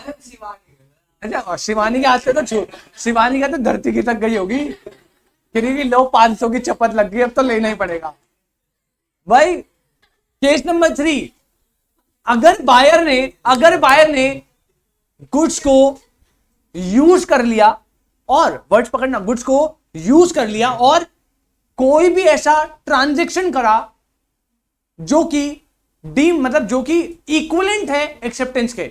भाई अगर मैं कोई गुड्स यूज कर रहा हूं जो मुझे अप्रूवल पे मिले, इसका मतलब आपके दिमाग में क्या चला होगा, भैया इसने एक्सेप्टेंस दे दी होगी तभी तो गुड्स को पहन रही है। तो अगर किसी पर्सन ने यूज कर लिया गुड्स को, या कोई भी एक्ट कर लिया which is equivalent to adopting the transaction, तो दोनों ही केस में हम डीम्ड मानेंगे कि क्या है वो sale. Case number 1, with in specified time आपने बता दिया तो भैया सेल बोलोगे, सेल ओनरशिप ट्रांसफर, रिटर्न बोलोगे, रिटर्न आप पैसे दे देना गुड्स वापस। केस नंबर 2, अगर आपने स्पेसिफाइड टाइम तक और उसके बाद भी गुड्स को रिटेन करके रखा तो भैया आप मानो ना मानो, बाद में कुछ भी बोलो, हम उसे सेल मान लेंगे, आपके पास ओनरशिप ट्रांसफर हो गई। केस नंबर 3, अगर आप कोई भी एक्ट कर गए, एक्ट कैसा, यूज कर लिया गुड्स को, या कोई भी act which is equal to adopting the transaction, दोनों ही केस में हम डीम्ड मान लेंगे क्या होगी, सेल, और ओनरशिप क्या हो गई होगी। अरे भैया गुड्स लेके जा रही है, शादी में पहन रही है, इसका मतलब हाँ बोल के सेल मान ली होगी तभी तो लेके जा रही है। हाँ जी, फिर प्लेज कर दिया, भाई मेरे से गुड लेके गई, समझ के लो। इसी से क्वेश्चन आया था, मैंने भैया मेरी ज्वेलरी की दुकान है, मेरी क्या है, ज्वेलरी की दुकान। अच्छा काम करो, पहले इतना लिखवा दो, इसके बाद इसको एग्जाम वो करता हूं। पहले आप केस नंबर 3 लिख लो, यूज और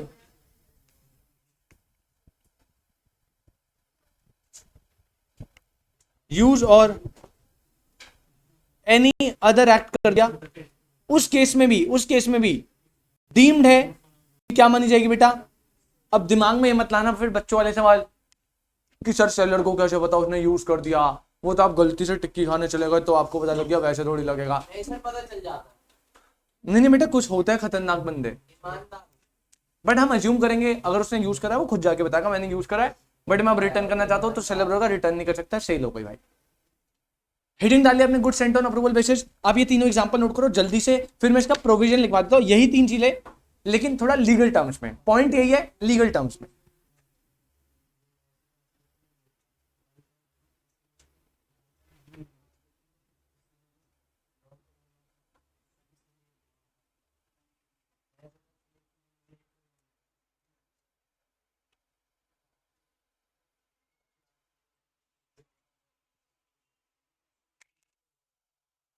देखो बेटा जल्दी लिखो।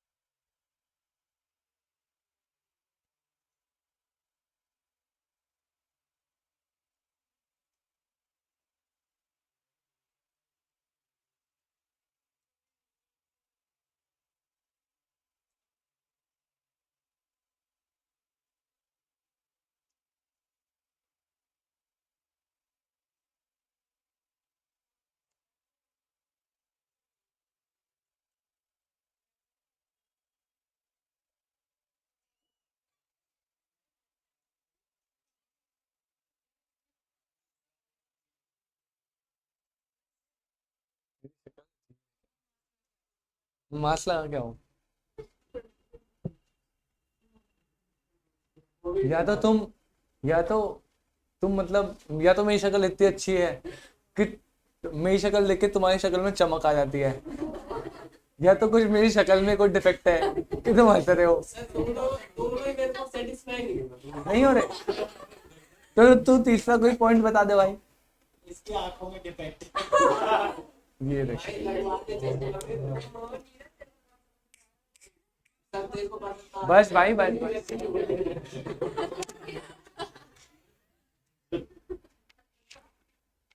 बेटा जिस दिन ओरल टेस्ट हो गया ना, तू पढ़ के आई हो ढंग से। बस मैं इतना ही बोलूंगा, तू पढ़ के आई हो ढंग से।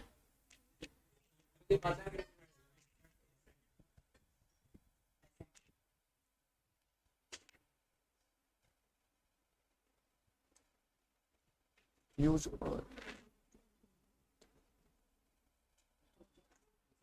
डन बेटा।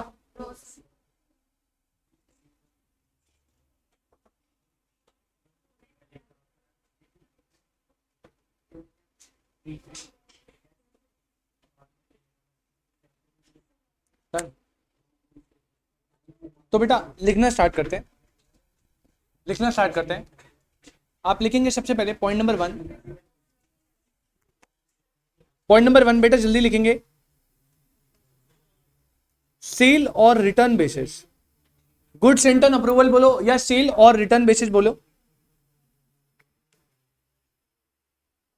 इसमें लिखेंगे comma, in order to increase sale, in order to increase the sale, comma, seller send goods to the buyer। Sir हाँ जी, स्क्रीन शेयर नहीं हो रही। एक मिनट यार, कुछ हो गया।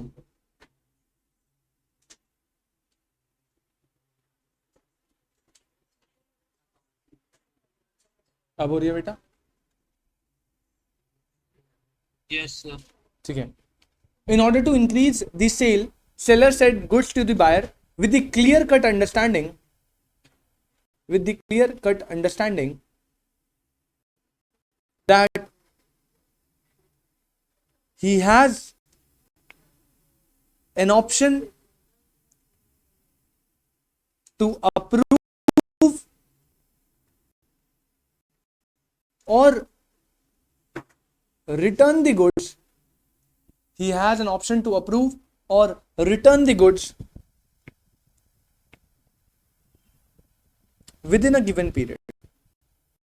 Within a given.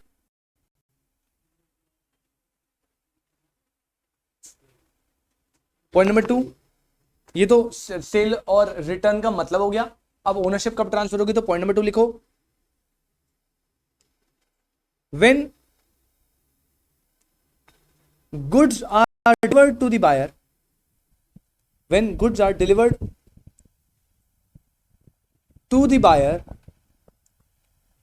on approval basis, on approval basis या sale or return basis, the property therein, the property therein passes to the buyer, the property therein passes to the buyer। Point number A, property therein passes to the buyer. कब कब property पास होगी, तो मैंने आपको बता दिया, अगर with in specified time वो अपनी असेंट दे दे, कंफर्मेशन दे दे, यस प्रॉपर्टी पास, सेल मान लेंगे। पॉइंट नंबर 2, अगर स्पेसिफाइड टाइम पीरियड या उसके बाद भी वो गुड्स को क्या करके बैठा है, रिटेन करके बैठा है, तो प्रॉपर्टी क्या हो गई, पास। भाई फिर उसके बाद कभी भी आए कुछ भी बोले मतलब नहीं है। और पॉइंट नंबर 3, वो गुड्स को यूज कर ले या एनी अदर एक्ट कर ले which is equal to adopting the transaction. अब वो एनी अदर एक्ट क्या है उस पर मैं डिस्कशन करूंगा, तब भी प्रॉपर्टी पास हो जाएगी। तो पॉइंट नंबर 1 लिखो, when he signifies his approval or acceptance, when he signifies his approval or acceptance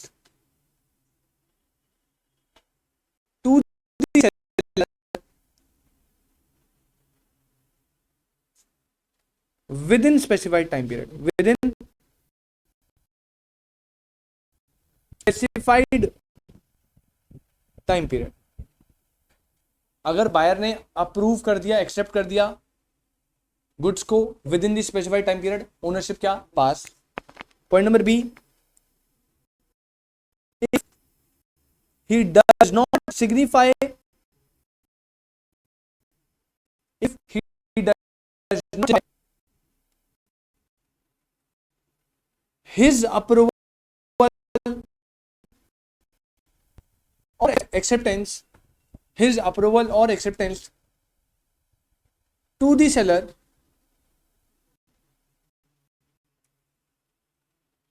but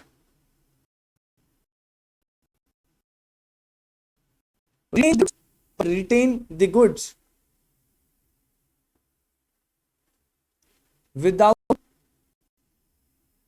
giving notice of rejection,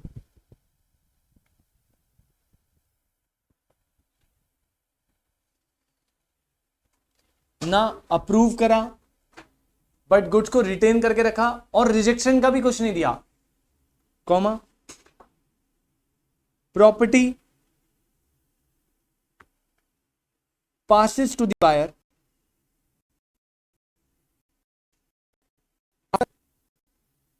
lapse of the specified time period, after lapse of the specified time period। और last case number C, last case number C, if he does something to the good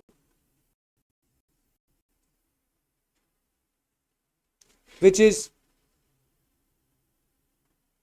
equivalent to accepting the goods,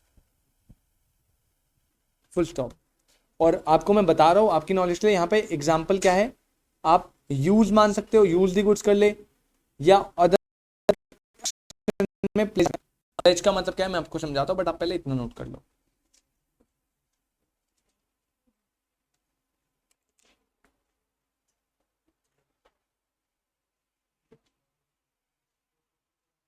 धन जी, अब देखो, अब देखो ध्यान से समझना, एक एक छोटा सा एग्जांपल है, आपको केस स्टडी भी ऐसे आई थी, पता क्या है, एक पर्सन है मिस्टर ए, उसने गुड्स दिए मिस्टर बी को। ये जो गुड्स दिए बेटा, ये सेल और यहां पे टाइम लिमिट जो है वो 7 डेज का टाइम पीरियड आपको स्पेसिफाई कर रखा है। मतलब 7 डेज में आप उसे सिग्निफाई कर दोगे अप्रूवल तो सेल मान लेगा। 7 डेज तक रिटेन करके रखा, ना हाँ बोला ना ना बोला, 7 डेज के बाद भी क्या हो जाएगी, सेल, ओनरशिप ट्रांसफर। और थर्ड, आप यूज कर गए या कोई अदर एक्ट कर गए which is equivalent to acceptance, तो वो भी क्या होगा, सेल। अब हुआ क्या ना, जो मिस्टर बी है, जो मिस्टर बी है, 3-4 दिन के बाद, 3 या 4 दिन के बाद मिस्टर बी ने ना वो गुड्स मिस्टर सी को प्लेज कर दिए। प्लेज करने मतलब समझते हो आप, प्लेज करने का मतलब होता है कि आपने गुड्स उसे दे दिया और गुड्स देके आपने क्या बोला कि मुझे लोन दे दो। क्या दे दो, मतलब यहां पे मिस्टर बी को फॉर एग्जांपल 10,000 का एक लोन मिल गया, किससे, सी से। उस लोन की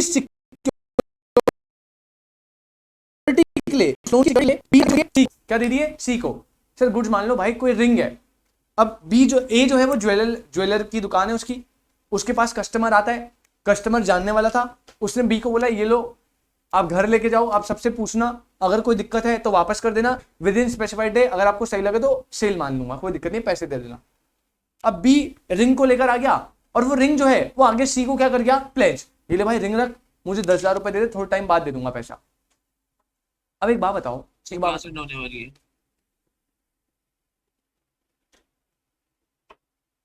अब मुझे आप बड़े सिंपल सी एक बात बताना,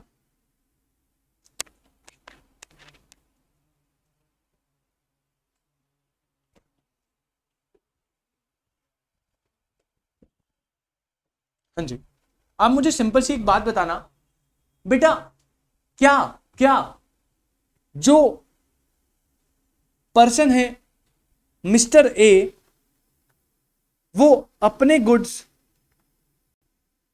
डिमांड कर सकता है मिस्टर सी से, यस और नो?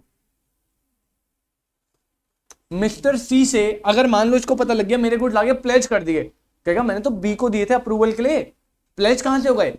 तो क्या ये सी के पास जाके अपने गुड्स छीन के आ सकता है? कौन कौन कह रहा है छीन के आ सकता है? क्योंकि वो एक्चुअल ओनर है भाई, ओनर अभी भी है, क्योंकि सेल ऑन अप्रूवल में उसने अप्रूव थोड़ी दिया है ना, अभी भी ओनर ए है। आपको लग रहा होगा ओनर ए है, और उस केस में भैया उसके पास पूरा राइट है, छीन के वापस ले आएगा। तो कौन कौन कह रहा है यस? बेटा आंसर है नहीं। सर कैसे? बेटा यहां पे जो गुड्स है सेंड टू किस पे? On approval basis, on approval basis. मैंने आपको बताया था अप्रूवल बेसिस में ओनरशिप कब कब ट्रांसफर होती है, 3 केस में, पहला दूसरा छोड़ो, तीसरा था अगर आप गुड्स को यूज कर लो या कोई अदर एक्ट कर दो अडॉप्टिंग द ट्रांजेक्शन। सर इसका मतलब अगर भैया बी जो है वो गुड्स को आगे प्लेज कर रहा है, इसका मतलब बी की कुछ इंटेंशन आपको ऐसी नहीं लग रही कि भैया उसने गुड्स आगे से क्या कर लिया होगा, खरीद लिया होगा? अरे अगर मैं अपने गुड्स यहां से बेच रहा हूं या प्लेज कर रहा हूं, इसका मतलब भाई मैं अज्यूम करके ले रहा हूं कि जिस बंदे ने मुझे दिए थे मैंने उससे परचेज कर लिए होंगे, और वहां से परचेज कर लिए तभी तो मैं आगे दे पा रहा हूं। तो ए जो है ना वो क्या सी के अगेंस्ट कोई एक्शन ले सकता है? Answer is no. क्योंकि भैया वो पता क्या कहेगा, वो कहेगा कोई दिक्कत नहीं भाई, मैंने तो बी को क्या कर दिए, सेल, बी को सेल कर दिए। कैसे? क्योंकि बी ने एनी अदर कंडक्ट कर दिया जिससे जिससे हम ये इंप्लाई कर पा रहे कि बी ने सेल और रिटर्न में से किसको चूज करा, सेल को। मतलब अगर बी उसे यूज कर ले तब भी सेल, भैया तेरा मुझे बस पैसे दे दियो, गुड्स तो तेरे ही हो गए। आगे उसने प्लेज कर दिया कि आप गुड्स लेकर आओगे, वो कहेगा मुझे लेना देना नहीं है। ए के पास बस एक राइट आएगा कि वो बी से क्या डिमांड करेगा, पेमेंट ऑफ प्राइस सिर्फ। क्या वो सी से गुड्स वापस ले सकता है? नहीं बेटा, क्योंकि सेल और रिटर्न बेसिस पे यहां पे क्योंकि बी ने कोई भी एक्ट करा अडॉप्टिंग ट्रांजैक्शन, तो हम ए अज्यूम कर लेगा कि ये वैलिड सेल हो गई, मतलब ओनरशिप किसके ट्रांसफर हो गई, बी को। और बी भाई अपने गुड के साथ कुछ भी करे, मुझे क्या लेना देना, मुझे तो बस किससे लेना देना है, पेमेंट ऑफ प्राइस से। तो सिर्फ ए जो कर सकता है ना वो इस बी से डिमांड कर सकता है पेमेंट ऑफ प्राइस। कोई दिक्कत? कोई दिक्कत? क्योंकि उसने क्या ट्रीट कर लिया ऐसे, सेल। तो अब ये वाला पूरा प्रोविजन बताकर आऊंगे इसमें, और अपना कंक्लूजन लिख दोगे लास्ट में कि भैया सेल हो चुकी है, गुड्स की ओनरशिप बी के पास है, तो वो किसी को भी प्लेस करे आगे, हमें कोई लेना देना नहीं है, हम बस पेमेंट ऑफ प्राइस मांगेंगे। अगर आपको ये बात समझ आई तो आप मुझे बता सकते हैं, नहीं समझ आई तब भी बता सकते हैं। आज के लिए हम इतना ही रखेंगे। हमारा एक लास्ट टॉपिक बचा है ट्रांसफर ऑफ ओनरशिप, और इस चैप्टर में छोटे मोटे टॉपिक और बचे, एक और शायद 2 क्लास में और ये चैप्टर खत्म हो जाएगा। फिर अनपेड सेलर का चैप्टर बचेगा लास्ट, 2 क्लास में अनपेड सेलर खत्म हो जाएगा। मतलब ये टॉपिक जो है इस मंथ के एंड तक सेल ऑफ गुड्स एक्ट हमारा फिनिश जाएगा। सीएमओ वाले को कोर्स डन हो चुका है, नेगोशिएबल बचा है, उसको थोड़ा सा अभी होल्ड करके चलेंगे। इंटर वाले को बस वो होने वाला है, तो मैं आपको इंक्लूड करके कराऊंगा। और आप लोगों का भी पार्टनरशिप छोटा है, कंपनी बहुत छोटा है, एलएलबी छोटा है, तो मेरे हिसाब से 20 मई तक, क्योंकि अब डेली क्लास होगी, 20 मई तक मेरा है कि